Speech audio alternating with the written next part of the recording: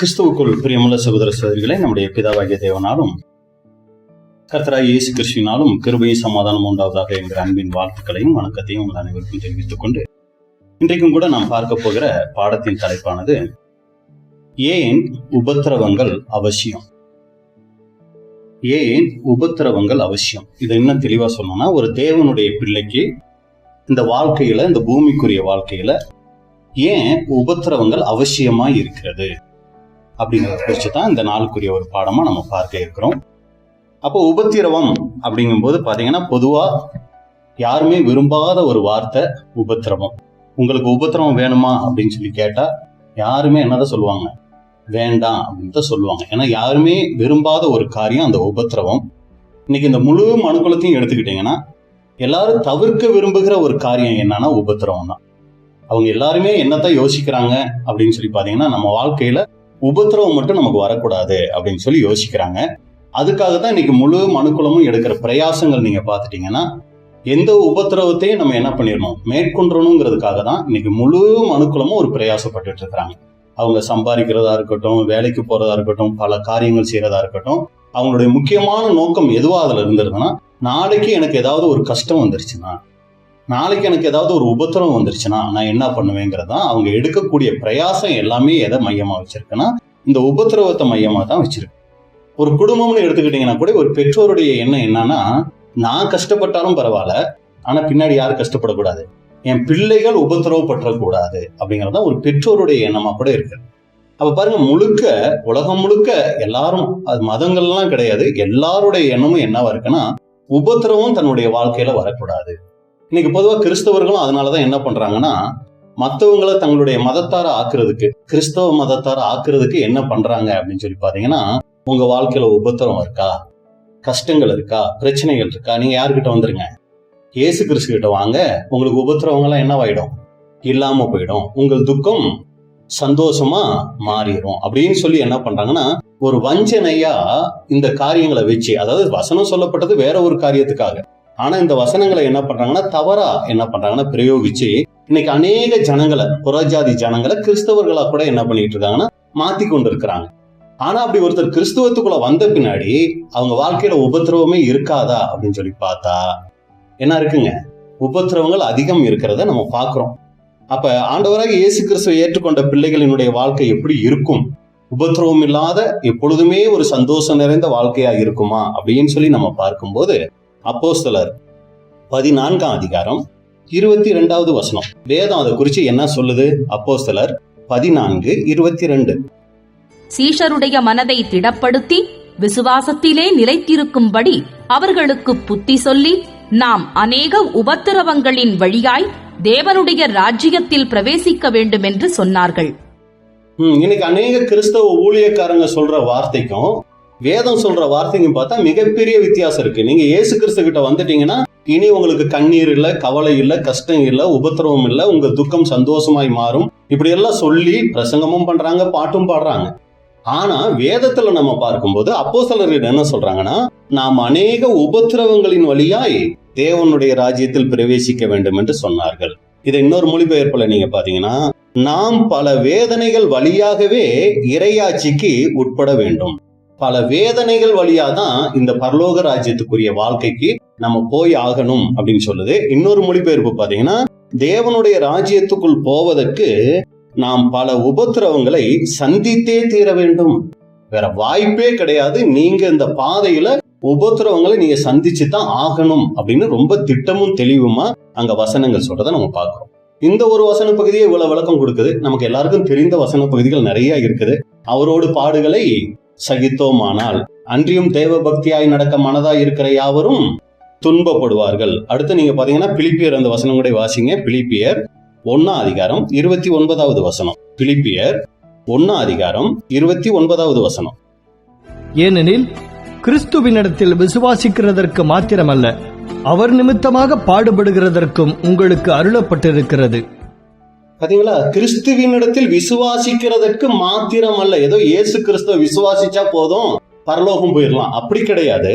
அவர் நிமித்தமாக பாடுபடுகிறதற்கும் உங்களுக்கு அருளப்பட்டு இருக்கிறது. இந்த அருளப்பட்டு இருக்கிறது அப்படிங்கிறது நமக்கு ஒரு மாதிரி புரியாத பாஷை போல இருக்கும். இது இன்னொரு மொழிபெயர்ப்புல நீங்க பாத்தீங்கன்னா, அவருக்காக பாடுகளை அனுபவிப்பதற்கும் உங்களுக்கு பாக்கியம் கிடைத்திருக்கிறது. அப்போ ஒருத்தர் கிறிஸ்துவுக்குள்ள வந்து கிறிஸ்துவின் நிமித்தம் அவங்க பாடுகள் பட்டாங்கன்னா அது வேதம் என்னன்னு சொல்லுதுன்னா, நீங்க பாக்கியவான்கள், நீங்க பாக்கியவதிகள்னு சொல்லுதுங்க. அப்போ உபத்திரவம் படுகிறவங்க பாக்கியவான்கள். உபத்திரவத்தின் வழியா தான் போய் ஆகணும், உபத்திரவத்தை சந்திச்சு தான் ஆகணும் அப்படின்னு பார்க்கணும். அப்ப அப்போஸ்தலர்கள் இது போன்ற உபத்திரவங்களை சந்திச்சாங்களா? சொல்லியிருக்காங்க, அழகா சொல்லிட்டாங்க. நீங்க பாடுபடணும், நீங்க கஷ்டப்படணும், அநேக உபத்திரவங்களின் வழியா பிரவேசிக்கணும்னு சொல்லிட்டாங்க. ஆனா அவங்களுக்குன்னு வரும்போது அவங்கனால அதை என்ன பண்ண முடிஞ்சுச்சு? தாங்க முடிஞ்சிச்சா? இல்ல எதிர்த்துட்டாங்களா? இல்ல என்ன முறுமுறுத்துட்டாங்களா? இல்ல சத்தியத்தை விட்டே வெளியே போயிட்டாங்களா? இல்ல கிறிஸ்துவ மறுதளிச்சுட்டாங்களான்னு பார்த்தா பெந்தேகோஸ்தே நாள் வரைக்கும் அவங்களுடைய வாழ்க்கை கொஞ்சம் முன்ன பின்னதான் இருந்துச்சு. ஆனா அதுக்கப்புறம் பரிசுத்த ஆவியை பெற்ற பின்னாடி அவங்களுடைய வாழ்க்கையில அது போல உபத்திரவங்கள் வரும்போது அவங்க அதை எப்படி எடுத்துக்கிட்டாங்க? அப்போஸ்தலர் 5ஆம் அதிகாரம் 41வது வசனம். அப்போஸ்தலர் 5ஆம் அதிகாரம் 41வது வசனம். அவருடைய நாமத்துக்காக தாங்கள் அவமானம் அடைவதற்கு பாத்திரராக எண்ணப்பட்டபடியினால் சந்தோஷமாய் ஆலோசனை சங்கத்தை விட்டு புறப்பட்டு போய், இப்ப ஆண்டவராகிய இயேசு கிறிஸ்துவின் நாமத்தினால இவங்களுக்கு இப்ப என்ன வருதுன்னா, ஒரு சில அவமானங்கள் தங்களுடைய வாழ்க்கையில அவங்க பட வேண்டியது வருது. அப்படி அவமானம் படுறதுக்கு நாங்க பாத்திரரா அவங்க நினைச்சிட்டதுனால ரொம்ப சந்தோஷப்பட்டாங்க அப்படின்னு பாக்குறோம். அப்ப பாருங்க, அவங்க பாடுகளை குறிச்சு வெறும் பிரசங்கம் மட்டும் பண்ணல. ஆனா அந்த பாடுகள் அவங்களுக்குள்ள வரும்போது அதை ரொம்ப சந்தோஷமா என்ன பண்ணாங்கன்னா அவங்க ஏற்றுக்கொண்டாங்க. இன்னொரு மொழிபெயர்ப்புல நீங்க பாத்தீங்கன்னா, அவருடைய பெயருக்காக தாங்கள் அவமானப்பட தகுதியுள்ளவர்களாக கருதப்பட்டதை நினைத்து சந்தோஷமாக நியாய சங்கத்தை விட்டு போனார்கள். அப்ப இங்க பார்க்கும்போது அவமானப்பட தகுதியுள்ளவர்களாய் கருதப்பட்டதை நினைத்து, ஐயோ எனக்கு கிறிஸ்துவின் நிமித்தம் இப்படி ஒரு அவமானம் வந்துருச்சா அப்படின்னு உடனே அழுது புலம்பிக்கிட்டு இருக்கல, ஓன்னு அழுதுகிட்டு இருக்கல. இல்ல ஐயோ எனக்கு இந்த கிறிஸ்தவ வாழ்க்கையை வேண்டான்னு விட்டுட்டு போயிடல, எனக்கு இது கிடைச்ச ஒரு பாக்கியம், இது எனக்கு கிடைச்சிருக்கிற ஒரு மிகப்பெரிய ஒரு தகுதி அப்படின்னு சொல்லி என்ன பண்ணாங்கன்னா அவங்க அங்க நினைச்சாங்க அப்படின்னு பார்த்தோம். அப்ப அன்புக்குரிய சகோதர சகோதரிகளே, அப்ப இன்னைக்கு தேவனுடைய பிள்ளையினுடைய வாழ்க்கையில உபத்திரவங்கள் அவசியமா அப்படின்னு சொல்லி நம்ம பார்க்கும்போது வேதம் சொல்லுது, நாம் அநேக உபத்திரவங்களின் வழியா தான் இந்த ஒரு ஆவிக்குரிய ஓட்டத்தை ஓடி ஆகணும். அப்ப தேவனை நம்பி வந்த பிள்ளைகளுக்கு இப்ப நம்மளுடைய ஒரு கேள்வியா நம்ம என்ன கேட்கலாம் அப்படின்னா, ஏன் ஒரு தேவனுடைய பிள்ளைக்கு உபத்திரவம் அவசியம்? தேவனை நம்பி வந்த பிள்ளைகளுக்கு ஒரு குறைவுகள் அற்ற ஒரு வாழ்க்கை, ஒரு நோய் இருந்தாலும் அந்த நோய் இல்லாம போன ஒரு வாழ்க்கை, ஒரு பாடுகள் அற்ற உபத்திரவங்கள் அற்ற ஒரு நல்ல ஒரு மன ரம்யமான ஒரு வாழ்க்கை அவங்க வாழ்க்கையில இருக்கலாமே. அப்ப இயேசு கிறிஸ்துவை ஏற்றுக்கிட்ட பின்னாடியும் உலக ஜனங்களுக்கும் நமக்கு எந்த ஒரு வித்தியாசமுமே இல்லை அப்படின்னா அப்ப கிறிஸ்துவை ஏற்றுக்கிட்டதுல என்ன பிரயோஜனம்? இப்ப பாத்தீங்கன்னா அவங்களும் ஹாஸ்பிட்டலுக்கு போறாங்க, நம்ம அவங்கள விட அதிகமா ஹாஸ்பிட்டலுக்கு போறோம். அவங்களும் மாத்திரை வாங்கி சாப்பிடுறாங்க, நம்மளும் நோய்க்கு மாத்திரை வாங்கி சாப்பிட்டுட்டு இருக்கோம். அவங்களுக்கும் அநேக பொருளாதார பிரச்சனைகள் இருக்கு, நமக்கு அதை விட அநேக பொருளாதார பிரச்சனைகள் இருக்கு. அவங்க வீட்டுல குடும்ப பிரச்சனைகள் இருக்குன்னா நம்ம வீட்லயும் குடும்ப பிரச்சனைகள் இருக்கு. அவங்களுக்கும் கஷ்டங்கள் இருக்குன்னா நமக்கும் கஷ்டங்கள் இருக்கு. அப்ப உலக ஜனங்களுக்கு இருக்கிறதே நமக்கும் இருக்குதே. அப்ப இயேசு கிறிஸ்துவை ஏற்றுக்கொண்டதுனால என்ன பிரயோஜனம்? அப்ப எல்லாமே நமக்கு உபத்திரவங்கள் தான் இந்த கிறிஸ்துவுக்குள்ள வந்தாலும் இருக்குது அப்படின்னு சொல்லி நம்ம நினைச்சோம்னா அப்ப தேவனை ஏற்றுக்கொண்டதுக்கு என்ன ஒரு பலன், என்ன ஒரு பிரயோஜனம்? அதுக்கு நம்ம இயேசு கிறிஸ்துவை ஏற்றுக்கொள்ளாம தேவனை ஏற்றுக்கொள்ளாமலே நம்ம இருந்திருக்கலாமே. அப்ப அங்கேயும் ஒரு வாழ்க்கை வாழ்ந்தோம். அதனாலதான் இன்னைக்கு கிறிஸ்தவம் என்ன சொல்லுது, இங்க வந்தா உங்களுக்கு என்ன கிடையாது, பிரச்சனைகளே இல்லைன்னு சொல்லுது. ஆனா வேதம் சொல்லுது இங்க வந்தாலும் உங்களுக்கு என்ன இருக்கு, பிரச்சனைகள் இருக்குன்னு தான் சொல்லுது. அப்புறம் எதுக்காக நம்ம இயேசு கிறிஸ்துவை ஏற்றுக்கொள்ளணும்? அப்ப பாடுகளே எங்கேயும் வந்தாலும் இருக்கு அப்படிங்கும் போது நம்ம எதுக்காக இந்த ஒரு ஆவிக்குரிய வாழ்க்கைக்கு வரணும் அப்படின்னு சொல்லி பார்க்கும்போது அன்புக்குரிய சகோதர சகோதரிகளே, அப்போ ஒரு தேவனுடைய பிள்ளை, தேவனை பின்பற்றுகிற, தேவனுக்கு உண்மையும் உத்தமமா வாழணும்னு ஆசைப்படுகிற ஒரு தேவனுடைய பிள்ளைக்கு உபத்திரவங்கள் இன்னைக்கு அவசியமா அப்படின்னு சொல்லி நம்ம பார்த்தோம்னா வேதம் சொல்லுது ஆமா, உபத்திரவங்கள் அவசியம்தான். அப்ப என்ன கேள்வி, நம்மளுடைய பாடத்தின் தலைப்பு என்னன்னா, ஏன் இந்த உபத்திரவம் நமக்கு அவசியம்? அப்ப நல்லா புரிஞ்சுக்கொள்ளணும், நம்முடைய உண்மை தன்மை எப்ப வெளிப்படும்னா நமக்கு உபத்திரவம் வரும்போது தான் வெளிப்படும். நம்ம இப்ப கிறிஸ்துவை ஏத்துக்கிட்டோம், நம்ம ஜெபிக்கிறோம், நம்ம ஜெபிக்கிறதெல்லாம் கிடைச்சிக்கிட்டு இருக்குன்னு வைங்களேன், நம்ம யாராவது தேவனை முறுமுறுப்போமா? நம்ம ஏதாவது விசுவாசத்தை விட்டு வலிக்கு போயிடுவோமா அப்படின்னா எதுவுமே இருக்காது. நம்ம எப்படித்தான் இருப்போம், ரொம்ப சந்தோஷமா இருந்துகிட்டே இருப்போம். அப்ப கேட்கறதெல்லாம் கிடைக்குதுங்கும் போது நம்ம மட்டும் இல்லைங்க, யாரு வேணாலும் என்ன பண்ணிடுவாங்க, தேவனை அன்பு கூறுறவங்களா இருந்துருவாங்க. அப்ப நம்ம கேட்கறது எல்லாமே கிடைக்காத ஒரு சூழ்நிலைகள், அதை கேட்கறது எல்லாமேங்கும் போது நாம் ஜெபிக்கிற எல்லாவற்றுக்கும் ஒரு சில காரியங்களுக்கு அங்க பதில் கிடைக்காம போகும்போது, நம்ம ஏற்கனவே சொன்ன இது போன்ற அநேக உபத்திரவங்கள் நம்முடைய வாழ்க்கையில வரும்போதுதான் உண்மையிலேயே நம்ம தேவனை அன்பு கூறுறோமா இல்லையாங்கிறது அங்க என்ன ஆகுதுன்னா வெளிப்படக்கூடியதா அங்க இருக்குது. அப்ப அன்புக்குரிய சகோதர சகோதரிகளே, அப்ப நம்ம கேட்கிற கேள்வி என்னன்னா, ஏன் ஒரு தேவனுடைய பிள்ளைக்கு உபத்திரவம் அவசியம் அப்படின்னு சொல்லி பார்க்கும்போது, முதல் காரியம் ஏன் ஒரு தேவனுடைய பிள்ளைக்கு உபத்திரவம் அவசியம் அப்படின்னா, உபத்திரவத்தின் மூலமா தான் நாம யாருங்கிறத நாம தெரிஞ்சுக்க முடியும். பொதுவா நம்மளை கேட்டா என்னன்னு சொல்லுவோம், நம்ம யாருன்னு கேட்டா என்னன்னு சொல்லுவோம், நாங்க ஒரு நல்ல ஆவிக்குரியவங்க, நாங்க நல்ல ஒரு தேவ பக்தி உள்ளவங்க, தேவ பயம் நிறைஞ்சவங்க, இப்படி எல்லாம் நம்மளை குறிச்சு என்ன பண்ணுவோம்னா ஒரு ஸ்டேட்மெண்ட் நம்ம வச்சிருப்போம் நம்ம மனசுல. யாருமே நம்மளை யாருன்னு யோசிக்க மாட்டோம். நம்ம கெட்டவங்கனோ நம்ம ஆகாதவங்கனோ நம்மள நாம நினைக்க மாட்டோம். மற்றவங்க சொல்லலாம், ஆனா நம்ம எப்படித்தான் நினைப்போம், நம்மளை பத்தி ஒரு உயர்ந்த ஒரு கருத்து நம்ம கிட்ட இருக்கும். ஏன்னா தவறான கருத்து இருந்தா தான் நம்ம திருத்திக்கலாமே. அப்ப உயர்ந்த கருத்து இருக்கிறதுனாலதான் நம்மளை சரி பண்ணிக்க முடியாத சூழ்நிலைகள் இருக்கும். ஆனா உபத்திரவங்கள் என்ன பண்ணோம்னா நாம யாருங்கிறத காமிச்சு கொடுப்போம். வசனம் நம்ம பார்க்கலாங்க. உபாகமம் 8ஆம் அதிகாரம் 2வது வசனம். உபாகமம் 8:2. உன் தேவனாகிய கர்த்தர் உன்னை சிறுமைப்படுத்தும்படிக்கும் தம்முடைய கட்டளைகளை நீ கைக்கொள்வாயோ கைக்கொள்ள மாட்டாயோ என்று அவர் உன்னை சோதித்து உன் இருதயத்தில் உள்ளதை நீ அறியும்படிக்கும் உன்னை இந்த 40 வருஷம் அளவும் வனாந்திரத்திலே நடத்தி வந்த எல்லா வழியையும் நினைப்பாயாக. இது மோசே மூலமா தேவன் இஸ்ரேல் ஜனங்களுக்கு கொடுத்துட்ட முக்கியமான ஒரு வார்த்தை. இது இஸ்ரேல் ஜனங்களுக்கு சொல்லப்பட்ட ஒரு வார்த்தை. இவங்க இதுக்கு முன்னாடி என்ன பண்ணிக்கிட்டு இருந்தாங்க, எகிப்துல அநேக உபத்திரவங்கள் பட்டுட்டு இருந்தாங்க. ஆளோட்டிகள் மூலமா நிறைய கஷ்டங்கள் பட்டுக்கிட்டு இருந்தாங்க. இப்ப தேவன் என்ன சொல்றாருன்னா, அவங்க கஷ்டத்தை எல்லாம் பார்த்து, என் ஜனங்கள் படுற கஷ்டத்தை எல்லாம் நான் பார்த்தேன், அவங்க இடுற கூக்குரலை எல்லாம் நான் கேட்டேன், அது தேவ சமூகத்தை எட்டிச்சுன்னு சொல்லிதான் மோசையை அனுப்பிச்சு என்ன பண்றாருன்னா இஸ்ரேல் ஜனங்களை எகிப்து தேசத்தை அழைச்சிட்டு வராரு. அப்படி வனாந்தரத்துல அழைச்சிட்டு வரும்போது இப்ப முக்கியமான ஒரு வார்த்தை சொல்றாரு, நீங்க உபத்திரவப்பட்டுட்டு இருந்தீங்க, ஆனா இப்ப உங்களை நான் என்ன பண்ணேன், அங்க இருந்து விடுவிச்சு உங்களை இந்த 40 வருஷம் அளவும் இந்த வனாந்தரத்தில் நடத்தி வந்துட்டு இருக்கேன் அப்படின்னு சொல்லிட்டு முக்கியமா சொல்ற ஒரு காரியம் என்ன அப்படின்னா, உன்னை சிறுமைப்படுத்தும் படிக்கும், உன் தேவனாகிய கர்த்தர் உன்னை சிறுமைப்படுத்தும் படிக்கும் அப்படின்னு சொல்றாரு. அப்ப நம்மளுடைய கேள்வி என்னன்னா, பாலும் தேனும் ஓடுற தேசத்துக்கு உங்களை கூட்டிக்கிட்டு போறேன்னு சொல்லி கூட்டிக்கிட்டு வந்தவரு எதுக்காக இந்த வனாந்தரத்துல அவங்கள சிறுமப்படுத்தணும் அப்படின்னா அங்கேயே பதில் இருக்கு. ஏன் அவங்கள சிறுமப்படுத்தணும்னு சொல்றாருன்னா, உன் தேவனாகிய கர்த்தர் உன்னை சிறுமைப்படுத்தும் படிக்கும் தம்முடைய கட்டளைகளை நீ கை கொள்வாயோ கை கொள்ள மாட்டாயோ என்று அவர் உன்னை சோதித்து. அப்ப எதுக்காக அந்த சிறுமப்படுத்துறாராம், எதுக்குங்க சிறுமப்படுத்துறாராம்? அவங்க தேவனுடைய வார்த்தையை கை கொள்வாங்களா கை கொள்ள மாட்டாங்களான்னு அதன் மூலமா என்ன பண்ண போறாரு தேவன் தெரிஞ்சுக்க போறாருங்களா இல்லைங்களா? அப்ப என்ன அங்க காரியம் அப்படின்னு சொல்லி பாத்தீங்கன்னா, தேவனுக்கு ஏற்கனவே தெரியும் இவங்க கீழ்ப்படிவாங்களா கீழ்ப்படிய மாட்டாங்களான்னு. ஆனா இங்க எதுக்காக அந்த சிறுமைப்படுத்துறாருன்னா, நீ கை கொள்வாயோ கை கொள்ள மாட்டாயோ என்று அவர் உன்னை சோதித்து உன் இருதயத்தில் உள்ளதை நீ அறியும்படிக்கு. எனக்கு தெரியும் ஒரு சிறுமை உனக்கு வந்தா உன்னை சிறுமப்படுத்தினா நீ எனக்கு கீழ்ப்படிவியா கீழ்ப்படிய மாட்டியாங்கிறது எனக்கு தெரியும். ஆனா யாருக்கு தெரியாது? உனக்கு தெரியாது. நீ உன்னை பத்தி என்ன நினைச்சுக்கிட்டு இருக்க அப்படின்னா, நான் தேவனுக்கு பிரியமா தான் நடப்பேன், எந்த உபத்திரவங்கள் கஷ்டங்கள் வந்தாலும் நான் தேவனுக்கு பிரியமா தான் நடப்பேன்னு நீ நினைச்சிட்டு இருக்கிற. ஆனா இப்ப நான் உனக்கு ஒரு உபத்திரவத்தை அனுமதிக்கும் போது நீ தெரிஞ்சுக்குவ, நீ எனக்கு கீழ்ப்படிவியா கீழ்ப்படிய மாட்டியான்னு நீ தெரிஞ்சுக்கிறதுக்காக. அப்ப அன்புக்குரிய சகோதர சகோதரிகளே, அப்ப இங்க எதுக்காக தேவன் உபத்திரவங்களை அனுமதிக்கிறார்னா, உன் இருதயத்தில் உள்ளதை நீ அறியும்படிக்கு.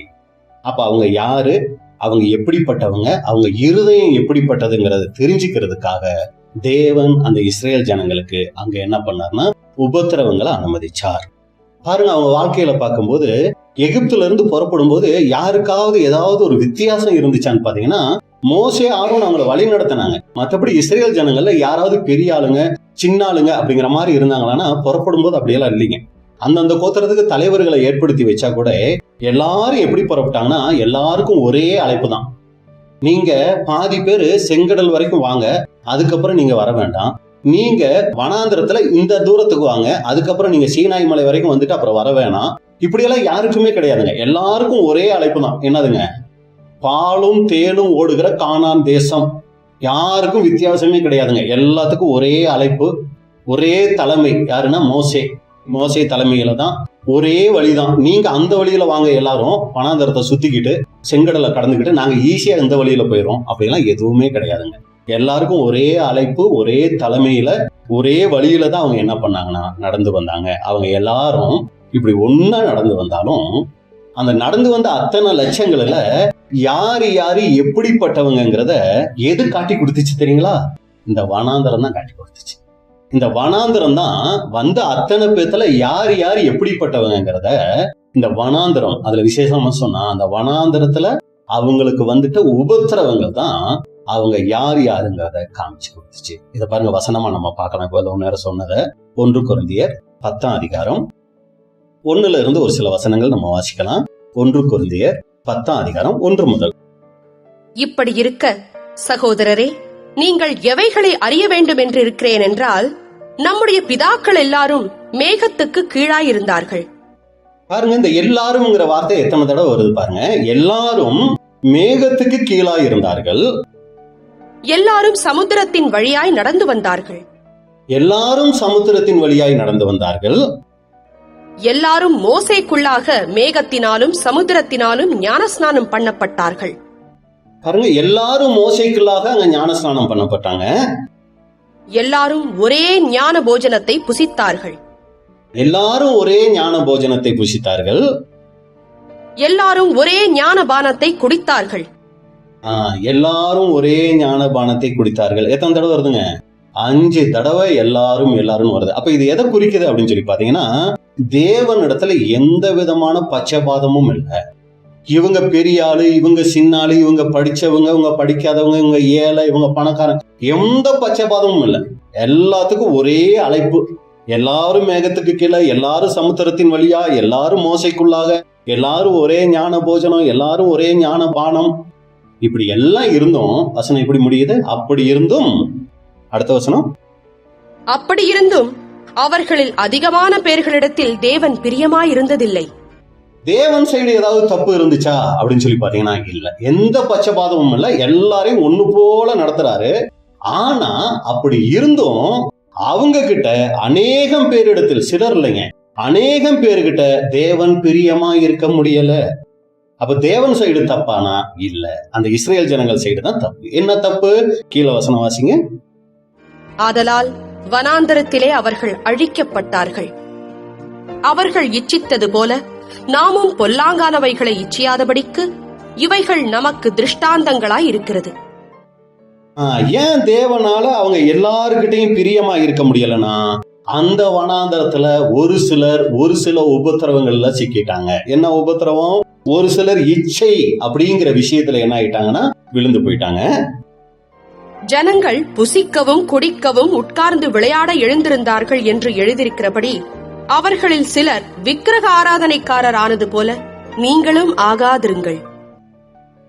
அந்த வனாந்தரம் என்ன பண்ணுச்சுன்னா, ஒரு குரூப்பை இச்சை உள்ளவர்களா பிரிச்சிருச்சு, ஒரு சிலரை விக்கிரக ஆராதனைக்காரர்களா பிரிச்சிருச்சு.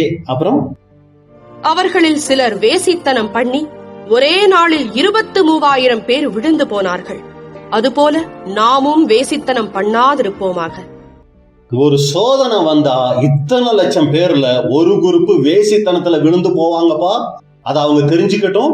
பாருங்க, நான் எல்லாரையும் ஒண்ணு போலதான் அழைச்சிட்டு வந்தேன், ஒண்ணு போலதான் அவங்க நடத்திட்டு வந்தேன், ஒண்ணு போலதான் மோசை மூலமா கட்டளைகள் கொடுத்தேன், எல்லாம் ஒண்ணு போலதான் நடத்திட்டு வந்தேன், எல்லாரையும் மேகஸ்தம்பம் அக்னி ஸ்தம்பத்துல தான் நடத்திட்டு வந்தேன். நான் எந்த பட்சபாதமும் காமிக்கல. ஆனா இந்த வனாந்தரத்துல வரும்போது அவங்களுக்கு வந்த உபத்திரவங்கள்ல ஒரு சிலர் என்ன ஆயிட்டாங்க அப்படின்னு சொல்லி பார்த்தா இச்சை உள்ளவங்களா மாறிட்டாங்க. இது என்னோட தப்பா? இல்ல, அது அவங்களுக்கு கொடுக்கப்பட்ட உபத்திரவத்துல அவங்க யாருங்கிறத அவங்க வெளிப்படுத்திக்கிட்டாங்க. ஒரு சிலர் விக்கிரக ஆராதனைக்குள்ள போயிட்டாங்க, ஒரு சிலர் வேசித்தனத்துக்குள்ள போயிட்டாங்க. அப்புறம் கீழே அவர்களில் சிலர் கிறிஸ்துவை பரீட்சை பார்த்து பாம்புகளால் அழிக்கப்பட்டார்கள். அதுபோல நாமும் கிறிஸ்துவை பரீட்சை பாராதிருப்போமாக. சிலர் அங்க என்ன பண்ண ஆரம்பிச்சாங்கன்னா பரீட்சை பார்க்கிறவர்களா மாறிட்டாங்க. அப்புறம் அவர்களில் சிலர் முறுமுறுத்து சங்காரக்காரனாலே அழிக்கப்பட்டார்கள். அதுபோல நீங்களும் முறுமுறுக்காதிருங்கள். அங்க வரும்போது, எகிப்துல புறப்படும் போது எல்லாருமே நல்லவங்க தான், எல்லாரும் ஒரே போலதான் புறப்பட்டாங்க. ஆனா வர்ற வழியில தான் யார் யாரும் முறுமுறுக்க கூடியவர்கள்ங்கிறத அங்க வெளிப்படுத்தி காமிச்சிட்டாங்க. தேவனுக்கு தெரியும் இதுல எத்தனை பேர் போவாங்க, இதுல யார் யார் என்ன குணத்தை வெளிப்படுத்துவாங்கன்னு தேவனுக்கு நல்லாவே தெரியும். ஆனா அங்க சோதனை வைக்கும் போதுதான் இஸ்ரேல் ஜனங்களே தெரிஞ்சுக்கிட்டாங்க, ஓ நம்ம இவ்வளவு மோசமானவங்களா, நம்ம இந்த மாதிரி வேசித்தனத்துக்கான ஒரு சோதனை வந்தா நம்ம விழுந்து போயிடுவோமா, நமக்கு ஒரு இச்சையான சூழ்நிலைகள் வந்தா நம்ம இச்சிக்கிறவங்களா மாறிடுவோமா, ஒரு விக்கிரக ஆராதனை செய்யக்கூடிய ஒரு வாய்ப்பு கிடைச்சா நம்ம விக்கிரக ஆராதனை செஞ்சிருவோமா, ஒரு பரீட்சை பார்க்கக்கூடிய சூழ்நிலை வந்தா நம்ம பரீட்சை பார்த்துருவோமா, முறுமுறுக்கக்கூடிய சூழ்நிலை வந்தா நம்ம முறுமுறுத்துருவோமாங்கிறத அவங்க தெரிஞ்சுக்கிறதுக்கு தான் அன்புக்குரிய சகோதர சகோதரிகளே அங்க உபத்திரவங்கள் வைக்கப்பட்டுச்சு. அப்ப அவங்க யாரு, அவங்க எப்படிப்பட்டவங்க, அவங்க இருதயம் எப்படிப்பட்டதுங்கிறத தெரிஞ்சுக்கிறதுக்கு இந்த உபத்திரவம் அன்னைக்கு இஸ்ரேல் ஜனங்களுக்கு மிக மிக அவசியமா இருந்துச்சு. அப்ப இதுல நமக்கு என்ன பாடம், நாமளும் கூட எல்லாரும் ஒரே அழைப்புக்குள்ள வந்திருக்கோம். பரம அழைப்புக்கு பங்குள்ளவர்களாகிய பரிசுத்த சகோதரரே, நம்ம எல்லாருக்கும் தேவன் ஒரே அழைப்பு தான் கொடுத்து அழைச்சிருக்கிறாரு. நம்ம எல்லாரும் கிறிஸ்துவினால தான் நடத்தப்பட்டிருக்கிறோம். நம்ம எல்லாருக்கும் ஒரே விதமா தான் சத்தியம் போதிக்கப்படுது. நம்ம எல்லாரும் ஒரே கூடுகையை தான் ஆசரிக்கிறோம். நம்ம எல்லாரும் ஒன்னாதான் ஆராதிக்கிறோம். ஆனா எல்லாம் ஒன்றாக இருந்தாலும் தனிப்பட்ட முறையில நமக்கு வருகிற உபத்திரவங்கள் தான் நாம யாருங்கிறத நம்ம தெரிஞ்சுக்கிறதுக்கு அது அங்க உதவி செய்யுது. அப்ப அன்புக்குரிய சகோதர சகோதரிகளே, நம்முடைய பார்வையில நம்ம எல்லாரும் நல்லவங்க தான். ஆனா ஒரு சோதனை அனுமதிக்கப்படும் போது நாம் எப்படிப்பட்டவர்கள் அப்படிங்கிறத அந்த சோதனை, இன்னொரு வகையில் சொல்லணும்னா அந்த உபத்திரவம் வெளிப்படுத்தி காட்டக்கூடியதா இருக்குது. அப்ப முதல் காரியம், ஏன் உபத்திரவம் அவசியம் அப்படின்னா நாம யாருங்கிறத நாம தெரிஞ்சுக்கிறதுக்கு உபத்திரவம் நமக்கு அவசியமா இருக்குது. சாதாரணமா பார்த்தா நம்ம எல்லாருமே திறமைசாலிகள் தான், நல்லவங்க தான், ரொம்ப நல்ல குணங்கள் வெளிப்படுத்தக்கூடியவங்க தான். ஆனா சோதனை வரும்போது நம்ம வெளிப்படுத்துவோம் பாருங்க, அப்பதான் நம்மளே தெரிஞ்சுக்குவோம் நம்ம இவ்வளவு மோசமானவங்களா, இப்படி பேசிட்டனே, இப்படி யோசிச்சுட்டனே, இப்படி செஞ்சுட்டனே அப்படின்னு நம்ம யோசிப்போம் பாத்தீங்களா. அதுக்கு அங்க உபத்திரவங்கள் நமக்கு அவசியமா இருக்குது. ரெண்டாவது காரியம், எதுக்கு நமக்கு உபத்திரவம் அவசியம்னா, முதல் காரியம் நாம யாருன்னு தெரிஞ்சுக்கிறதுக்கு, ரெண்டாவது தேவன் யாருன்னு தெரிஞ்சுக்கிறதுக்கு நமக்கு உபத்திரவம் அவசியமா இருக்குது. உபாகமம் 8ஆம் அதிகாரம் 3வது வசனம். உபாகமம் 8:3. அவர் உன்னை சிறுமைப்படுத்தி உன்னை பசியினால் வருத்தி, மனுஷன் அப்பத்தினால் மாத்திரமல்ல கர்த்தருடைய வாயிலிருந்து புறப்படுகிற ஒவ்வொரு வார்த்தையினாலும் பிழைப்பான் என்பதை உனக்கு உணர்த்தும்படிக்கு நீயும் உன் பிதாக்களும் அறியாதிருந்த மன்னாவினால் உன்னை போஷித்தார். இங்க நம்ம பார்க்கிற முக்கியமான 2 காரியம், சிறுமைப்படுத்தி பசியினால் வருத்தி. முதல் வசனத்துல நம்ம பார்த்தோம், உன்னை சிறுமைப்படுத்துறார். எதுக்கு? உன் இருதயத்தில் உள்ளத நீ அறியும்படிக்கு. மறுபடியும் இங்க என்ன பண்றாரு? சிறுமைப்படுத்தி பசியினால் என்ன பண்றாருன்னா வருத்துறாரு. இஸ்ரேல் ஜனங்களை எகிப்துல இருந்து பாலந்தேனு ஓடுகிற கானான் தேசத்துக்கு கூட்டிட்டு போறதுக்கு ஒரு சாதகமான சூழ்நிலையை தேவன் அனுமதிச்சிருக்கலாமே. எதுக்காக அவங்களுக்கு இப்படிப்பட்ட ஒரு சில உபத்திரவங்களை அங்க அனுமதிக்கிறார் அப்படின்னு சொல்லி பார்த்தா, அதன் மூலமா அவங்க என்ன தெரிஞ்சுக்கணும்னா, தேவன் யார், தேவன் எப்படிப்பட்டவர் அப்படிங்கிறத அவங்க தெரிஞ்சுக்கணுங்கிறதுக்காக தேவன் உபத்திரவங்களை அங்க அனுமதிக்கிறார். அப்ப தேவன் யாருன்னு அவங்க தெரிஞ்சுக்கணும். எதுவுமே இல்லாத சூழ்நிலையிலையும் தேவன் போதுமானவர் அப்படிங்கிறத அவங்க தெரிஞ்சுக்கணும். அடுத்து தேவன் நினைச்சாருன்னா ஏதோ இந்த பூமியில உள்ள உணவுகளை வச்சு மட்டும் நம்மளை காப்பாத்துவாருன்னு அவசியம் இல்ல. அவர் நினைச்சாருன்னா தேவதூதர்கள் சாப்பிடுற உணவை கூட என்ன பண்ணுவாரு? கொடுத்து போஷிப்பாருங்கிறத இஸ்ரேல் ஜனங்கள் தெரிஞ்சுக்கணும். அப்ப தேவன் யாருன்னு தெரிஞ்சுக்கிறதுக்கு அங்க உபத்திரவம் அவசியமா இருந்துச்சு. செங்கடல் வந்துட்டாங்க, செங்கடல் வழியில கூப்பிடாமே வேற ஒரு வழி இருந்துச்சு, அந்த வழியில அவங்க போயிருக்கலாம். ஆனா எதுக்காக செங்கடல்ல கொண்டு வந்து அந்த உபத்திரவத்தை அனுமதிக்கிறார்? யாத்திராகமம் 14ஆம் அதிகாரம் 13, 14. யாத்திராகமம் 14ஆம் அதிகாரம் 13 மற்றும் 14. அப்பொழுது மோசே ஜனங்களை நோக்கி, பயப்படாதிருங்கள், நீங்கள் நின்று கொண்டு இன்றைக்கு கர்த்தர் உங்களுக்கு செய்யும் ரட்சிப்பை பாருங்கள். இன்றைக்கு நீங்கள் காண்கிற எகிப்தியரை இனி என்றைக்கும் காண மாட்டீர்கள். கர்த்தர் உங்களுக்காக யுத்தம் பண்ணுவார், நீங்கள் சும்மா இருப்பீர்கள் என்றான். எதுக்காக அந்த செங்கடல் மத்தியில கூட்டிக்கிட்டு வந்து ஒரு உபத்திரவத்தை எதுக்கு அங்க கொடுக்கணும்? செங்கடலே இல்லாம பண்ணிருக்கலாமே, இல்ல இவங்க வர வரவே செங்கடல் திறந்திருக்கலாமே. ஏன் அந்த இடத்துல தேவன் ஒரு உபத்திரவத்தை கொடுத்து அங்க செய்யறார் அப்படின்னு சொல்லி பாத்தீங்கன்னா, முக்கியமான ஒரு காரியம் சொல்றாரு அங்க மோசே. அப்பொழுது மோசே ஜனங்களை நோக்கி, நீங்க பயப்படக்கூடாது, அது முதல் காரியம். அடுத்து, நீங்கள் நின்று கொண்டு இன்றைக்கு கர்த்தர் உங்களுக்கு செய்யும் ரட்சிப்பை பாருங்கள். நீங்க எதுவுமே செய்ய வேணாம், நீங்க அப்படியே நில்லுங்க.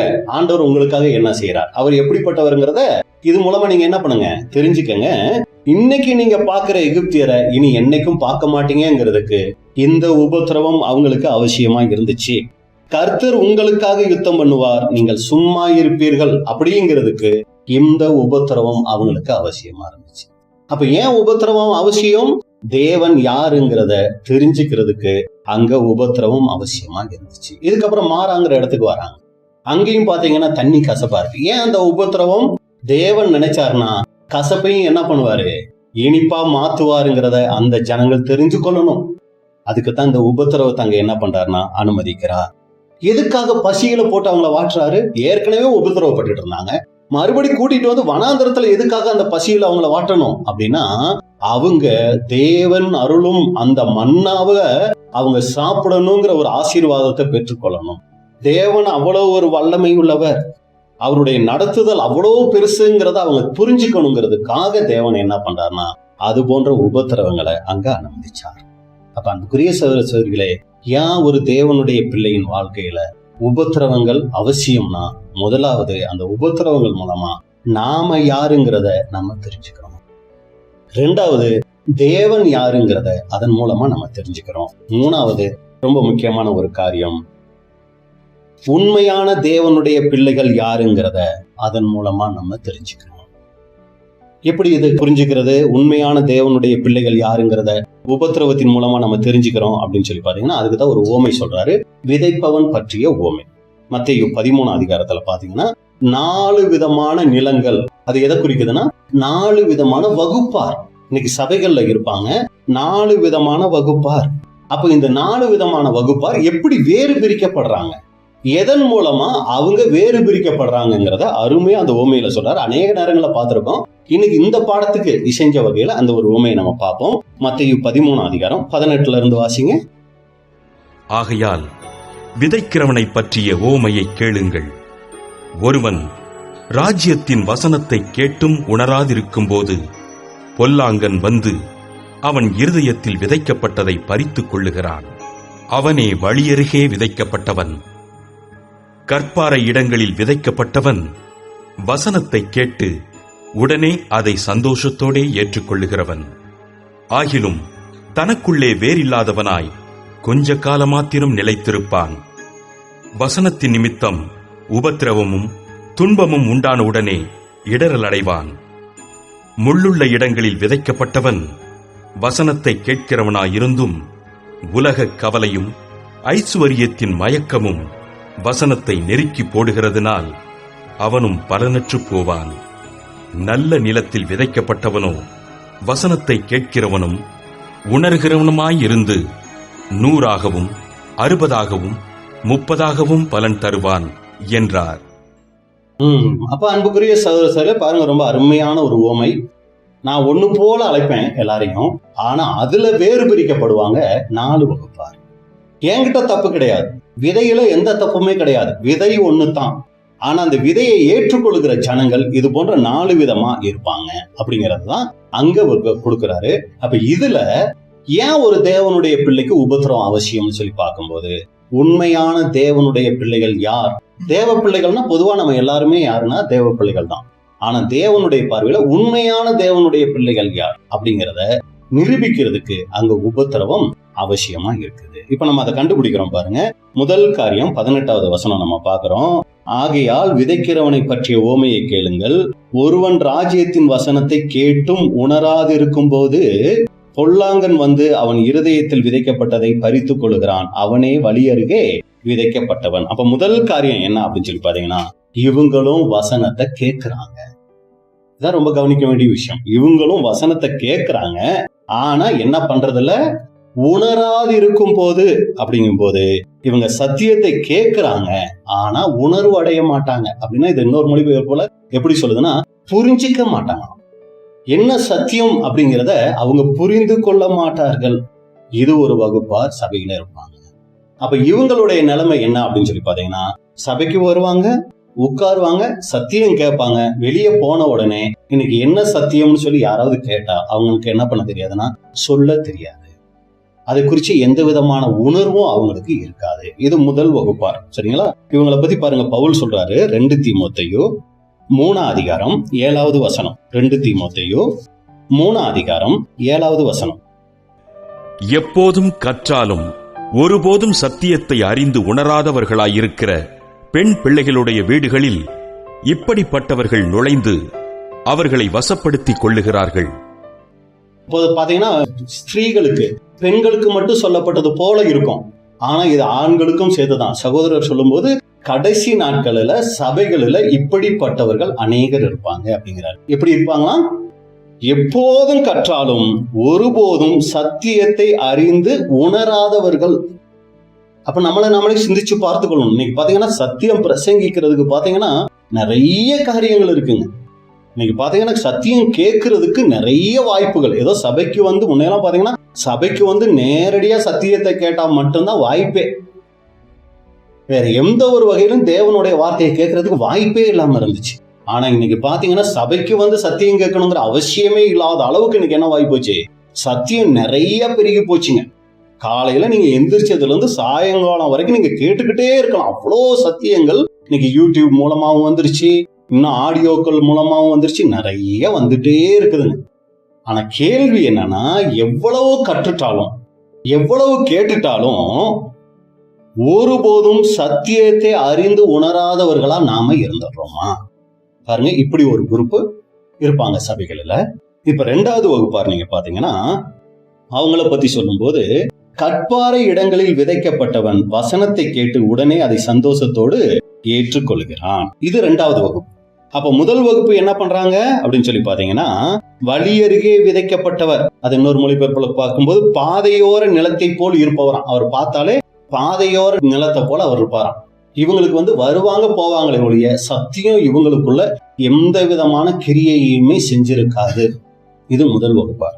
இப்ப 2வது வகுப்பாரை நீங்க பார்க்கும்போது, கற்பாறை இடங்களில் விதைக்கப்பட்டவர், பாறை நிலத்தை போன்றவர்.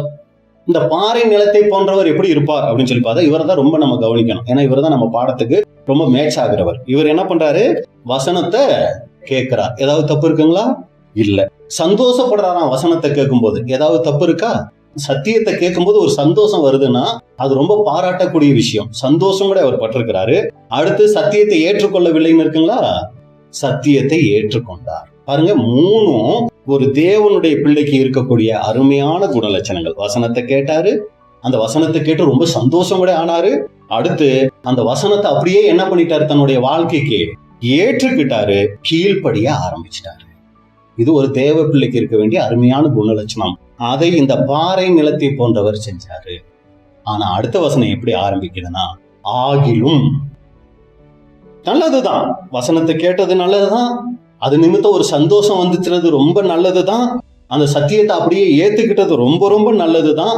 ஆகிலும் தனக்குள்ளே வேறில்லாதவனாய் கொஞ்ச காலம் மாத்திரம் நிலைத்திருப்பான். சத்தியம் கேட்டது நம்ம நல்ல விஷயம்தான், ஆனா நிலைச்சிருக்கிறத பாத்தீங்கன்னா கொஞ்ச காலம். அதுக்கப்புறம் என்ன ஆயிடுச்சு அப்படின்னு சொல்லி பாத்தீங்கன்னா, வசனத்தின் நிமித்தம் உபத்திரவமும் துன்பமும் உண்டான உடனே இடரல் அடைவான். இதுதான் அன்புக்குரிய சகோதர சகோதரிகளே, கொஞ்ச காலம் நிலைச்சிருந்தாரு. ஏன் அப்படின்னு சொல்லி பாத்தீங்கன்னா, அதுக்கப்புறம் அவர் அந்த வசனத்தின்படி நடக்கணும்னு ஒரு முடிவு எடுத்துட்டாரு. சத்தியத்தை கேட்டுட்டாரு, சந்தோஷப்பட்டுட்டாரு, இனி இந்த வார்த்தையின்படிதான் நான் நடக்கணும்னு முடிவு எடுத்துட்டாரு, முயற்சியும் எடுத்துட்டாரு. ஆனா அப்படி முயற்சி எடுக்கும்போது அவருடைய வாழ்க்கையில வந்துருச்சு உபத்திரவங்கள், அவருடைய வாழ்க்கையில வந்துருச்சு துன்பங்கள். ஏன்? தேவனுடைய வார்த்தையின்படி நடக்கும்போது எதுக்கு உபத்திரவம் துன்பம் வரணும்னா, அவர் என்ன பண்ணணும், அவர் யாருங்கிறத தெரிஞ்சுக்கணும், தேவன் யாருங்கிறத அவர் தெரிஞ்சுக்கணும். அப்ப உண்மையான தேவனுடைய பிள்ளைகள் யாருங்கிறத அவரு காமிக்கணும். இந்த உபத்திரவம் வரும்போது அவர் சத்தியத்துல நிலைச்சு இருந்திருந்தாருன்னா மத்தவங்க தெரிஞ்சிருப்பாங்க, இவரை போல உண்மையுள்ள ஒரு சகோதரன், உண்மையுள்ள சகோதரி யாரும் இல்லை அப்படிங்கிறத மத்தவங்க தெரிஞ்சுக்குவாங்க.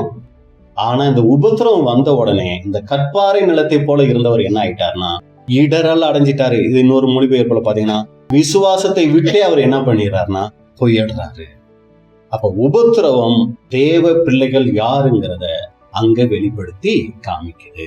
அடுத்து நீங்க பாத்தீங்கன்னா முள்ளுள்ள இடங்களில் விதைக்கப்பட்டவர், இவர் என்ன பண்ணாரு, இவரும் கூட வசனத்தை கேட்டாரு. ஆனா கொஞ்ச காலம் இவரும் நிலைச்சிருக்கிறாரு.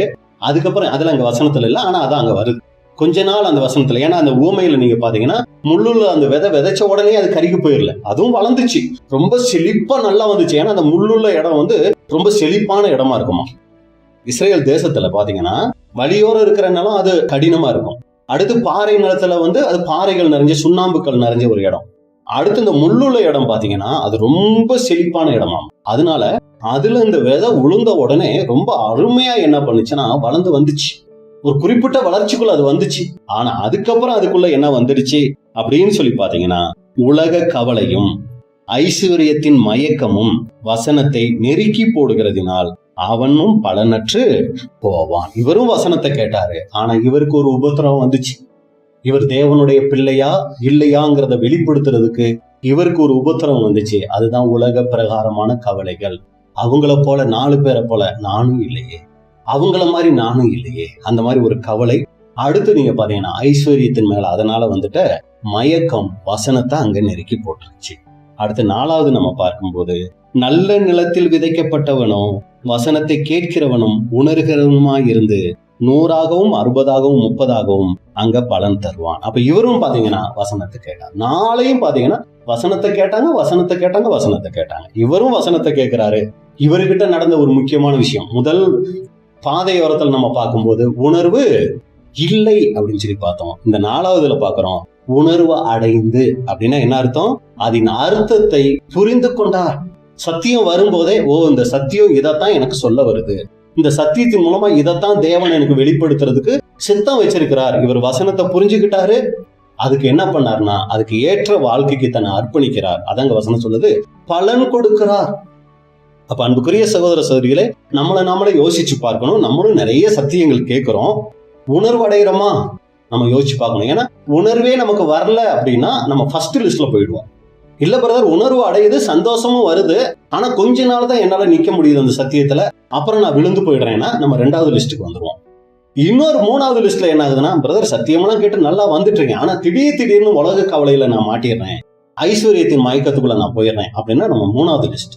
ஆனா 4வத நம்ம பார்க்கும்போது வசனத்தை நான் கேட்கிறேன், உணர்வு அடைகிறேன், அது எனக்கு தான் அப்படிங்கிறத நான் என்ன பண்றேன், புரிஞ்சுக்கிறேன். அதுக்கு ஏற்ற ஒரு வாழ்க்கைக்கு நான் என்ன அர்ப்பணிக்கிறேங்கிறவங்கள பாத்தீங்கன்னா எல்லாரும் ஒண்ணு போல இல்ல, அதுல 100, 60, 30ன்னு சொல்லி அங்க பிரிவினைகள் இருக்கு. ஆனா 3 பேருமே எந்த வாய்ப்புக்குள்ள போறாங்கன்னா அந்த ஒரு ராஜ்யத்துக்குள் பிரவேசிக்கக்கூடிய அந்த ஒரு வாய்ப்புக்குள்ள போறாங்க. அப்ப 4 பேரும் ஒண்ணு போல வசனத்தை கேட்டாங்க. ஆனா இதுல தேவனுடைய பிள்ளை யார் அப்படிங்கிறத அவங்களுக்கு உபத்திரவங்கள் தான் என்ன பண்ணுச்சுன்னா அங்க காமிச்சு கொடுத்துச்சு, காட்டி கொடுத்துச்சு. நம்ம பாஷையில சொல்லணும்னா அதுதான் அவங்க யாருங்கிறத காட்டி கொடுத்துச்சு அப்படின்னு நம்ம பாக்குறோம். அப்ப அன்புக்குரிய சகோதர சகோதரிகளே பாருங்க, முதல் காரியம் ஏன் ஒரு தேவனுடைய பிள்ளைக்கு உபத்திரம் அவசியம்னா அவங்க யாருங்கிறத அது மூலமா அவங்க தெரிஞ்சுக்கிறாங்க.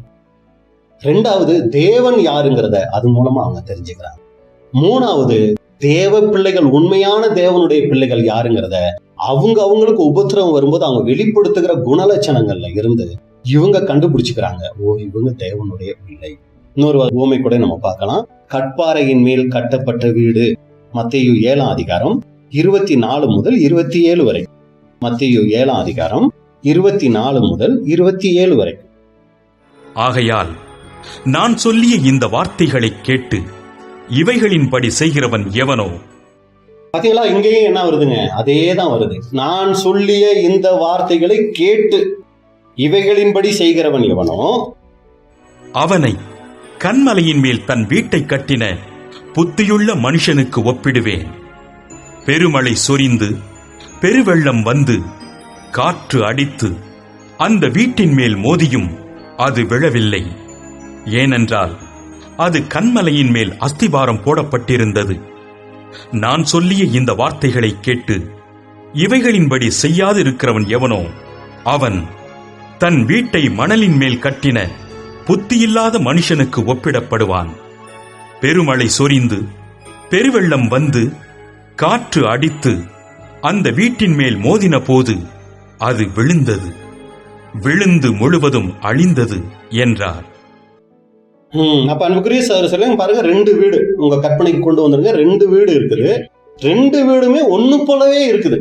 ஒரு சமயம் இந்த வீட்டுல 4 அறைகள் வச்சு கட்டி இருக்கிறாங்கன்னா இவங்களும் 4 அறைகள் வச்சு கட்டி இருக்கிறாங்க. ஒரு சமயம் அவங்க டைல்ஸ் எல்லாம் வச்சு வீடு கட்டி இருக்காங்கன்னா இவங்களும் அதே மாதிரி டைல்ஸ் வச்சு கட்டி இருக்கிறாங்க. இவங்க என்ன கலர்ல பெயிண்ட் அடிச்சிருக்காங்களோ அதே பெயிண்ட் கலர் இவங்களும் அடிச்சிருக்காங்க. எந்த வித்தியாசமும் இல்ல. 2 வீடும் ஒரே மாதிரி இருக்கு. ஒரு வித்தியாசம் கூட இல்ல. எது வரைக்கும் அப்படின்னு சொல்லி பாத்தீங்கன்னா, பெருமழையும் பெருவெள்ளமும் வர்ற வரைக்கும் 2 வீட்டுக்கும் எந்த வித்தியாசத்தையும் என்ன பண்ண முடியல, கண்டுபிடிக்கவே முடியல. 2 பேரும் வீடு அழகா கட்டியிருக்கிறாங்கப்பா, சூப்பரா கட்டியிருக்காங்க. 2 பேரும் ஒரே மனசுக்கு உள்ளவங்க, ஒரு இசைஞ்ச இருதயம் உள்ளவங்க. அதனாலதான் 2 பேரால ஒரே மாதிரி வீடு கட்ட முடிஞ்சுச்சு அப்படின்னு சொல்லி எல்லாரும் பாக்குறாங்க. ஆனா ஒரு நாள் வந்துச்சு, யாரு உண்மையிலேயே வீடை கட்டி இருக்கிறா, யாரு ஒருத்தர் ஏனோ தானோன்னு கட்டி இருக்கிறாருங்கிறத எப்ப அது வெளிப்பட்டுச்சுன்னா, இந்த ஒரு பெருமழையும் பெருவெள்ளமும், அதாவது உபத்திரவம் வரும்போதுதான் யாரு கண்மலையின் மேல வீடை கட்டினார், கற்பாறையின் மேல, யாரு மணல் மேல வீடை கட்டினார், அஸ்திபாரம். அங்க ரொம்ப கவனிக்க வேண்டிய விஷயம் என்னன்னா, அஸ்திபாரம் யாருக்கும் தெரியாத, அதாவது ஆரம்பிக்கும் போது அது தெரியும் அஸ்திபாரம். அதுக்கப்புறம் அந்த மேல பில்டிங் கட்ட ஆரம்பிச்ச பின்னாடி அதையெல்லாம் மூடி நல்லா சிமெண்ட் போட்டு என்ன பண்ணிடுவாங்க, அடைச்சிருவாங்க. அதுக்கப்புறம் அந்த அஸ்திபாரத்தை யாருமே பார்க்க முடியாது. அப்ப இங்க அஸ்திபாரம் எதை குறிக்குதுன்னா, யாருக்குமே தெரியாத, யாருமே பார்க்க முடியாத ஒரு அந்தரங்கமான ஒரு பகுதியை தான் குறிக்குது அந்த அஸ்திபாரம். அப்ப உண்மையிலேயே நாம தேவனுடைய பிள்ளைகளா இல்லையாங்கிறத எதுதான் அங்க நிரூபிக்குதுன்னா, பெருவெள்ளம் பெருமழை, சாதாரண மழையில சாதாரண வெள்ளம் இல்ல. அப்ப உபத்திரவங்கள் தான் உண்மையிலேயே நாம யாருங்கிறத அங்க வெளிப்படுத்தும். உண்மையிலேயே இருதயபூர்வமா தேவனிடத்துல நம்ம அன்பு வச்சவங்களா, இல்ல ஏதோ சடங்காச்சாரமா தேவனை நாம் நம்பிக்கொண்டு இருக்கிறவங்களா அப்படிங்கிறத வெளிப்படுத்துகிறதற்கு அன்புக்குரிய சகோதர சகோதரிகளே, நமக்கு அங்க தேவையாக இருக்குது பெருமழை பெருவெள்ளம். உபத்திரவம் தேவனுடைய பிள்ளை யாருங்கிறத அங்க வெளிப்படுத்தக்கூடியதா இருக்குது. இன்னொரு பகுதி கூட பாருங்க, 1 கொரிந்தியர் 3ஆம் அதிகாரம் 12-13. இது நம்ம அடிக்கடி பார்த்த ஒரு பகுதி தான். 1 கொரிந்தியர் 3:12-13. ஒருவன் அந்த அஸ்திபாரத்தின் மேல் பொன், வெள்ளி, விலையேற பெற்ற கல், மரம், புல், வைக்கோல் ஆகிய இவைகளை கட்டினால் அவனவனுடைய வேலைப்பாடு வெளியாகும். நாளானது அதை விளங்க பண்ணும். ஏனெனில் அது அக்கினியினாலே வெளிப்படுத்தப்படும். அவனவனுடைய வேலைப்பாடு எத்தன்மை உள்ளதென்று அக்கினியானது பரிசோதிக்கும். அன்புக்குரிய சகோதர சகோதரிகளை, நம்ம அடிக்கடி பார்த்த ஒரு காரியம் தான். பாத்தீங்களா, இங்க பாருங்க, ஒருவன் அந்த அஸ்திபாரத்தின் மேல் என்ன பண்றாரு. ஃபர்ஸ்ட் அஸ்திபாரம் பார்த்துட்டோம். ஒருத்தர் கண்மலையில போட்டாரு, ஒருத்தர் மணல்ல போட்டாரு, முடிஞ்சு போச்சு. இப்ப இவங்க 2 பேருமே கிறிஸ்துவுக்குள்ளதான் அஸ்திபாரம் போட்டுட்டாங்க. ஏன்னா மேல் வசனம் நீங்க பாத்தீங்கன்னா, போடப்பட்டிருக்கிற அஸ்திபாரமாகிய இயேசு கிறிஸ்துவை அல்லாமல் வேற அஸ்திபாரத்தை போட ஒருவனாலும் கூடாது. இப்ப அஸ்திபாரம் என்னமோ இவங்க கிறிஸ்துவுக்குள்ள போட்டாங்க, ஆனா அதுக்கு மேல கட்ட ஆரம்பிச்சாங்க பாருங்க. அதுல 2 வகுப்பாரா பிரிகிறாங்க. ஒருத்தர் என்ன பண்ணாரு, பொன் வெள்ளி விலையேற பெற்ற கல்லை வச்சு கட்டுறாரு. இன்னொருத்தர் என்ன பண்ணிட்டாருன்னா, மரம் புல் வைக்கோலை வச்சு கட்டிட்டாரு. அப்ப இது எதை குறிக்கிறது அப்படின்னு சொல்லி பாத்தீங்கன்னா, சத்தியத்துக்குள்ள வந்த சகோதர சகோதரிகள்ல அந்த ஒரு குறிப்பிட்ட வகுப்பார் விசுவாசத்துல எப்படி இருப்பாங்கன்னா உறுதியா இருப்பாங்க. அதான் பொன் குறிக்குது. அடுத்து சத்தியத்துல ரொம்ப உறுதியா இருப்பாங்க, அதைத்தான் வெள்ளி குறிக்குது. அடுத்து விலையேற பெற்ற கல், அவங்க வெளிப்படுத்துகிற குணலட்சணங்கள். அப்ப இதுல தான் அவங்க கவனமா இருப்பாங்க. நான் விசுவாசத்துல சரியா இருந்துட்டு இருக்கேனா, நான் மகா பரிசுத்தமான விசுவாசத்துல சரியா இருக்கிறேன்னா, அடுத்து சத்தியத்துல நான் எந்த அளவுக்கு இருக்கிறேன், அடுத்து நான் குணலட்சணங்களை எந்த அளவுக்கு வளரக்கூடியவனா இருக்கிறேன் அப்படிங்கறத என்ன பண்ணுவாங்கன்னா அதே அவங்க மைண்ட்ல இருந்துகிட்டே இருப்பாங்க. இன்னொருத்தரும் கட்டுவாங்க, ஆனா அது என்ன ஆகும்னா, ஒரு நாள் வரும்போது எப்படி அங்க பெருமழை பெருவெள்ளம் வரும்போது எல்லாம் வெளிச்சத்துக்கு வந்துருச்சோ, அதே போல இங்க நீங்க பாத்தீங்கன்னா ஒரு நாள் வரும்போது அந்த நாள்ல யாரு எதை கொண்டு கட்டினாங்கிறது வெளியரங்கம் ஆயிரும். எதை கொண்டு வெளியரங்கமாகும்? அக்கினி. அது அக்கினி எதை குறிக்குதுன்னா, அதான் அவங்களுக்கு வருகிற உபத்திரவங்கள். அப்ப ஏன் உபத்திரவம் அவசியம் அப்படிங்கும் போது, அவங்க உண்மையிலேயே எதை வச்சு கட்டி இருக்கிறாங்க, எதை கொண்டு அஸ்திபாரம் போட்டிருக்கிறாங்கிறத வெளிப்படுத்துகிறதுக்கு உபத்திரவங்கள் அங்க அவசியமா இருக்குது. கடைசியா ஒரு உதாரணம் நாம பார்க்கலாம். தெசலோனிக்கேயர் 1 தெசலோனிக்கேயர் 1:6 1 தெசலோனிக்கேயர் 1:6. நீங்கள் மிகுந்த உபத்திரவத்திலே பரிசுத்த ஆவியின் சந்தோஷத்தோடே திருவசனத்தை ஏற்றுக்கொண்டு எங்களையும் கர்த்தரையும் பின்பற்றுகிறவர்களாகி இவ்விதமாய் மக்கெதோனியாவிலும் அகாயாவிலும் உள்ள விசுவாசிகள் யாவருக்கும் மாதிரிகளானீர்கள். பாருங்க, இங்க தெசலோனிக்க சபையை பார்த்து, சபையாரை பார்த்து அப்போஸ்தலன் பவுல் சொல்றாரு, அவங்க வாழ்க்கை ஒரு மிகப்பெரிய ரோல் மாடலா இருந்துச்சுங்களா எல்லாருக்கும். எந்த வகையில அப்படின்னு சொல்லி பாத்தீங்கன்னா, நீங்கள் மிகுந்த உபத்திரவத்திலே, அவங்களுக்கு மிகப்பெரிய உபத்திரவம் வந்துச்சு. எதனால? ஆண்டவராக இயேசு கிறிஸ்துவை ஏற்றுக்கொண்டதுனால. யூதர்கள் மூலமாவும் அவங்களுக்கு பிரச்சனை, ரோமர்கள் மூலமாவும் அவங்களுக்கு பிரச்சனை, புறஜாதிகள் அவங்கள ரொம்ப நெருக்குறாங்க. அந்த மாதிரி உபத்திரவங்கள் வந்தப்ப அவங்க கிட்ட துக்கத்தை விட எது வந்துச்சுங்களாம்? பரிசுத்த ஆவியின் சந்தோஷத்தோட என்ன பண்ணாங்களாம்? திருவசனத்தை ஏற்றுக்கொண்டு, அதோட இல்ல, எங்களையும் அப்படின்னா அப்போஸ்தலர்களையும் கர்த்தரையும் என்ன பண்ணாங்களாம்? பின்பற்றுகிறவர்களா இருந்தாங்களாம். பாருங்க, உபத்திரவம் வரும்போது சோர்ந்து போயிடல, முறுமுறுத்தரல, பின்வாங்கி போயிடல. என்னன்னாங்க, ஒரு சந்தோஷம் அவங்களுக்குள்ள வந்துருச்சு. ஓ, உபத்திரவம் தான் நான் வளர்றேங்கிறதுக்கு சரியான அடையாளம். எனக்கு வருகிற உபத்திரவங்கள் தான் எனக்கு காமிச்சு கொடுக்குது நான் சரியா போய்கிட்டு இருக்கேன் அப்படிங்கறத அவங்க கண்டுபிடிச்சு என்ன பண்ணாங்களாம்? அப்படியே தேவனுடைய வார்த்தையை ஏற்றுக்கிட்டாங்க. பாருங்க, இது அப்படியே அந்த ஓமைக்கு கொண்டு போய் பாருங்க. உபத்திரவம் வந்த உடனே விதை என்ன ஆயிடுச்சு? வளர்றத நிறுத்திருச்சு. ஆனா இங்க உபத்திரவம் வந்த உடனே திருவசனத்தை ஏற்றுக்கொண்டு, அப்ப சத்தியத்தை என்ன பண்ணாங்க? இன்னும் அதிகமாய் கற்றுக்கொண்டு கீழ்ப்படிந்து என்ன பண்ணாங்களாம்? அப்போஸ்தலர்கள் என்னென்னலாம் சொல்லி இருக்கிறாங்க அப்படிங்கிறதையும் ஆண்டவராகி இயேசு கிறிஸ்துவையும் என்ன பண்ணாங்களாம்? பின்பற்றினாங்களாம். இத பக்கத்து தேசத்தை, பக்கத்து நாட்டை சேர்ந்த அந்த மக்கெதோனியா அகாயாவுல இருக்கிற தேவனுடைய பிள்ளைகள் பாக்குறாங்களாம். பாருங்க, அந்த தெசலோனிக்கேயருக்கு எவ்வளவு உபத்திரவம் வருது. ஆனா அந்த உபத்திரவத்து மத்தியில அவங்க பாருங்க ஆண்டவருக்குள்ள எப்படி நிலைச்சு நிக்கிறாங்க. இருந்தா தெசலோனிக்கேயரை போல இருக்கணுங்க அப்படின்னு சொல்லி என்ன பண்றாங்களா? அவங்கள பார்த்து இவங்க ஒரு முடிவு எடுக்கிறாங்களாம்.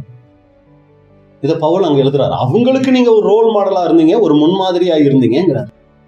அப்ப அன்புக்குரிய சகோதர சகோதரிகளை பாருங்க, இந்த தெசலோனிக்கேயருக்கு வந்த உபத்திரவம் மற்ற பகுதிகளில் இருந்த தேவனுடைய பிள்ளைகள், இவங்க தேவனுடைய பிள்ளைகள்ங்கிறத தெரிஞ்சுக்கிறதுக்கு இது ஒரு மிகப்பெரிய ஒரு வாய்ப்பா அங்க இருந்துச்சு. அப்ப உபத்திரவம் உண்மையான தேவனுடைய பிள்ளைகள் யாருங்கிறத அங்க வெளிப்படுத்துது.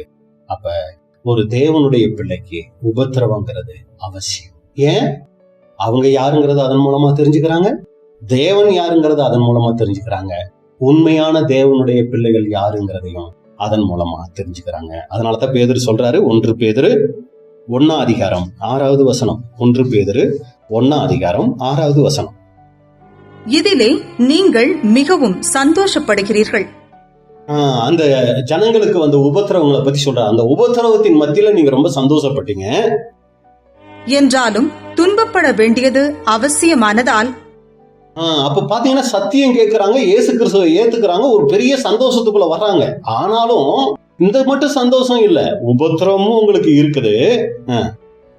இப்பொழுது கொஞ்ச காலம் பலவிதமான சோதனைகளினாலே துக்கப்படுகிறீர்கள். அப்ப இங்க சொல்ல வர விஷயம் என்ன சொல்றாரு அப்படின்னு சொல்லி நீங்க பாத்தீங்கன்னா, இதிலே நீங்கள் மிகவும் சந்தோஷப்படுகிறீர்கள். அது மேல 5வது வசனத்துல நீங்க பாத்தீங்கன்னா, கடைசி காலத்தில் வெளிப்பட ஆயத்தமாக்கப்பட்டு இருக்கிற ரட்சிப்புக்கு ஏதுவாக விசுவாசத்தை கொண்டு தேவனுடைய பலத்தினாலே காக்கப்பட்டுகிற உங்களுக்கு அந்த சுதந்திரம் பரலோகத்தில் வைக்கப்பட்டிருக்கிறது. அந்த பரலோக ராஜ்யம் நம்ம போக போறோங்கிற ஒரு சந்தோஷத்தோட இருக்கிறீங்க. அப்படி இருந்தாலும் துன்பப்பட வேண்டியது அவசியம். அதான் ஏன் உபத்திரவம் அவசியம் அப்படின்னா, துன்பப்பட வேண்டியது அவசியம். நீங்க கொஞ்ச காலம் என்ன பண்றீங்க? இந்த சோதனைகள்ல நீங்க துக்கப்பட்டுட்டு இருக்கிறீங்க. அப்ப அன்புக்குரிய சகோதர சகோதரிகளே, நமக்கு உபத்திரவங்கள் அவசியமா இருந்தாலும், உலகத்தார போலவே நமக்கும் உபத்திரவங்கள் வந்துட்டாலும், நம்ம இப்ப என்ன சொல்ல வரோம்னா, நாம கவலைப்பட தேவையில்லை. அவங்களுக்கு வர உபத்திரவங்கள் அவங்கள மனமடிவாக்கி, ஒண்ணும் இல்லாமாக்கி, சோர்ந்து போக செய்து, ஒரு சிலர் உயிரே விட்டுறாங்க, ஒரு சிலர் வாழ்க்கையே விரக்தி ஆயிடுறாங்க, ஒரு சிலர் மனநோயாளியாவே ஆயிடுறாங்க. அது அவங்களுக்கு வர உபத்திரவங்கள் அவங்களை அப்படி ஆக்கலாம். ஆனா ஒரு தேவனுடைய பிள்ளைக்கு உபத்திரவங்கள் வரும்போது அவங்க கவலைப்பட வேண்டிய அவசியம் அல்ல. ஒவ்வொரு உபத்திரவத்துக்கு பின்னாடியும் ஒவ்வொரு தங்க கீற்று இருக்கு அப்படின்னு மூத்த சகோதரர் சொல்றாங்க. சும்மா தேவன் ஏனோ தானோன்னு தேவனுடைய பிள்ளைகளுக்கு உபத்திரவங்களை கொடுத்துறது இல்ல. அந்த ஒவ்வொரு உபத்திரவங்களுக்கு பின்னாடியும் ஒரு மிகப்பெரிய மகிமைய, மிகப்பெரிய ஒரு புகழ்ச்சிய, உலக ஜனங்களுக்கு மிகப்பெரிய ஒரு முன்னுதாரணத்தை காமிக்க போறதுக்காக தான் தேவன் அதை அனுமதிக்கிறார். அப்போஸ்தலர்களுக்கு வந்த உபத்திரவங்கள் எதுவுமே சும்மா இல்லைங்க. இந்த 2000 வருஷமா நம்ம கத்துக்கொள்கிறதற்கு அவங்களுக்கு அன்னைக்கு உபத்திரவங்கள் அவசியமா இருந்துச்சு. இன்னைக்கு நாம படுகிற ஒவ்வொரு உபத்திரவத்துக்கு பின்னாடியும் தேவன் அங்க மகிமையை வச்சிருக்கிறார். மகிமைன்னு சொல்றத விட தங்க கீற்று அப்படின்னா அது இன்னும் நல்ல பொருத்தமா இருக்கு. அந்த மாதிரி தேவன் என்ன பண்ணி வச்சிருக்கிறார்னா நமக்கு அங்க வச்சிருக்கிறார். அப்ப என்ன புரிஞ்சு கொள்ளணும்? தேவனுடைய பார்வை நம்ம மேல இருக்குது. இதன் மத்தியில் ஆண்டவராக இயேசு கிறிஸ்துனுடைய பரிந்து பேசுதல் இருக்கு. பரிசுத்த தேவதூதர்களுடைய பாதுகாவல் இருக்குது.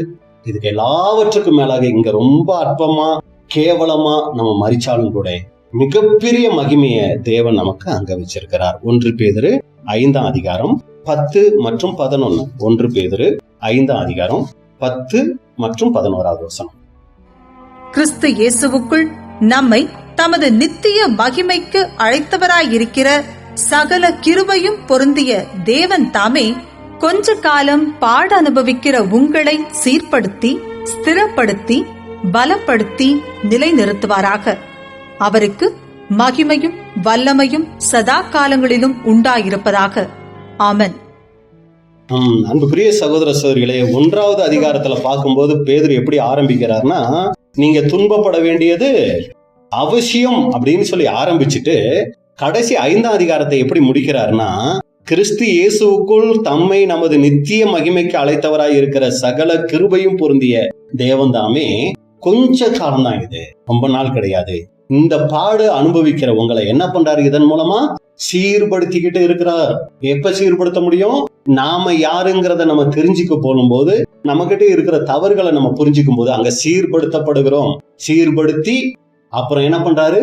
சத்தியத்துக்குள்ள உறுதிப்படுத்தி அதுல பலப்படுத்தி நிலைநிறுத்தக்கூடியவரா இருக்கிறாரு. அப்ப இதுக்குத்தான் நமக்கு என்னன்னா உபத்திரவங்கள் அங்க அவசியம். இதான் அன்புக்குரிய சகோதர சகோதரிகளே, இந்த நாளை நாம பார்த்துட்டோம். ஒரு தேவனுடைய பிள்ளைக்கு எதுக்கு உபத்திரவங்கள் அவசியம்னா, முதல் காரியம் நாம் யாருங்கிறத நம்ம அதன் மூலமா தெரிஞ்சுக்கிறோம். தேவன் யாருங்கிறத அதன் மூலமா தெரிஞ்சுக்கிறோம். உண்மையான தேவ பிள்ளைகள் யாருங்கிறத அதன் மூலமா தெரிஞ்சுக்கிறோம். தேவன் தாமே இந்த வார்த்தைகளை ஆசீர்வதிப்பாராக. பொறுமையோடு கேட்ட உங்களை தேவன் ஆசீர்வதிப்பாராக. இப்படிப்பட்டதான வாய்ப்பை கொடுத்த பிதாவாகிய தேவனுக்கும் ஆண்டவராகிய இயேசு கிறிஸ்துக்கும் அருமையான சபையாருக்கும் என்னுடைய நன்றியை தெரிவித்துக் கொள்கிறேன். தேவனுடைய நாமம் மகிமைப்படுவதாக. ஆமென்.